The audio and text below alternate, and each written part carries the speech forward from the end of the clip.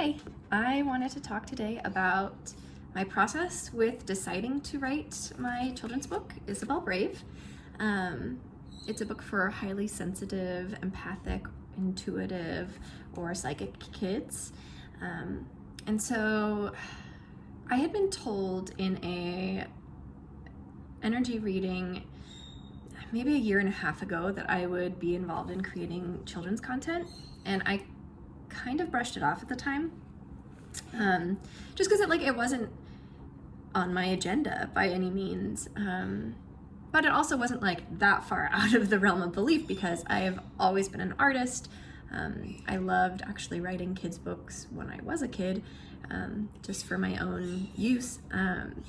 So when I got the sort of download of information that I was going to need to bring this book into fruition, I was really excited. And when I get into a creative flow like that, especially when it's spirit-led or channeled, it works really fast.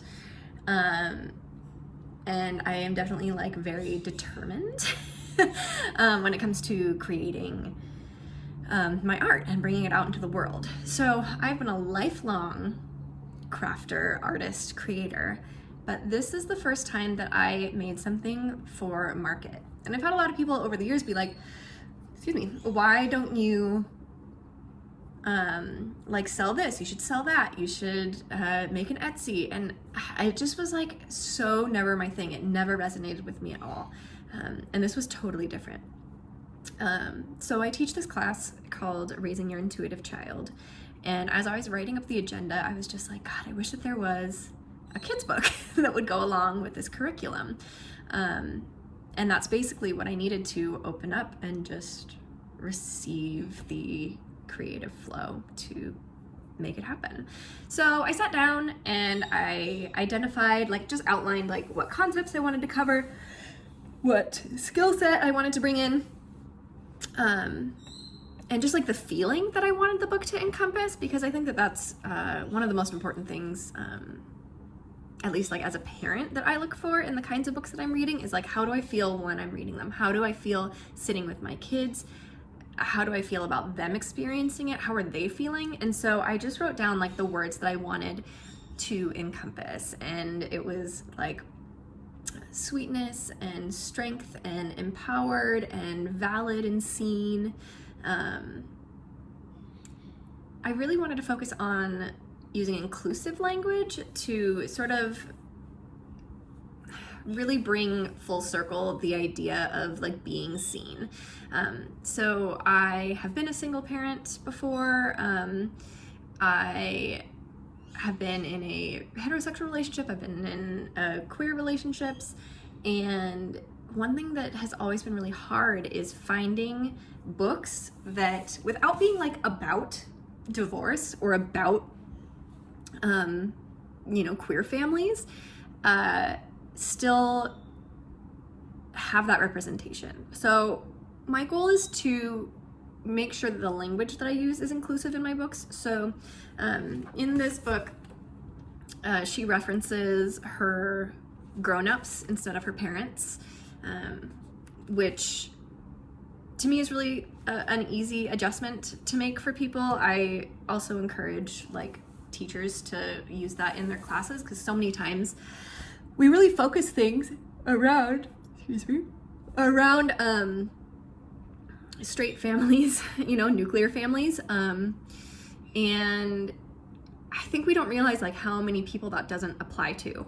And so by just saying grown-ups, if your primary caregiver is your grandma, that still works for your grown-up. If you have a 2-mom household or a 2-dad household or non-binary parents, it's all encompassing in that way. So I made sure to use language that makes no assumptions about the familial structure, but also use queer inclusive language in the fact that there are no gender assignments. So we use gender neutral pronouns, giving even more opportunity for the readers to feel like they can relate to the character and they're connected to the character.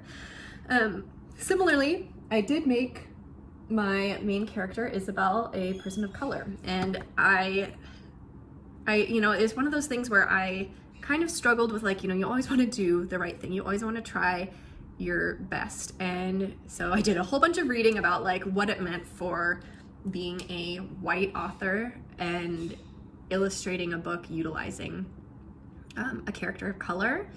And basically the conclusion that I came down to is that because of the openness of the book, and because it doesn't project any experience of, there's no specific like cultural limitations put on Isabel Brave, like that are things that I wouldn't relate to or that I wouldn't understand because I'm a white person, so that it's a little bit more flexible with regards to me being able to tell that story. The other reason that I wanted to do that is that I, as a mom, prefer to buy books that have diverse representation, because the vast majority of books are about white children, white straight families, white straight married families. And so I just felt like the world didn't need more white representation. So that is why I decided to use a character of color. In general, the book was inspired by my own experience as well as my daughter Daphne. She is very intuitive, psychic, very much like an indigo child, starseed. And I feel like I've verbally described these tools to her, the practice of building energetic boundaries, of creating a bubble, of making sure that you have your guides and your protectors with you. And she always seemed really resistant to that process. And so I thought that if I could give a visual representation or a story that was not necessarily me telling her these tools, but rather, it's just in a book. It's the voice of someone else, essentially. And having the visual representation, I think, was really helpful. And even the other day, this is a picture of like the different energetic bubbles that she creates, right? And my son Cosmo came up to me the other day and he was like, "Mom, where's that picture with the crystals and the bubbles?" And I was like, "The one from my book?" And he was like, "Yeah, I need it." He was like upset about something. And so I dug out like the original like watercolor thing that I did and I gave it to him, and he's just been like carrying it around for 2 days. So apparently it resonated with him too, and he's sensitive, but I wouldn't say specifically like psychic, or I haven't picked up on that from him yet. And so the tools I really tried to make universal, so that even if you're not working with a kid who is psychic or is a medium, these are still tools that are useful for everyone. I use secular language, so I try to be very vague, especially in my art style, with regards to like, they call in a protector guide and I make them sort of faceless, genderless.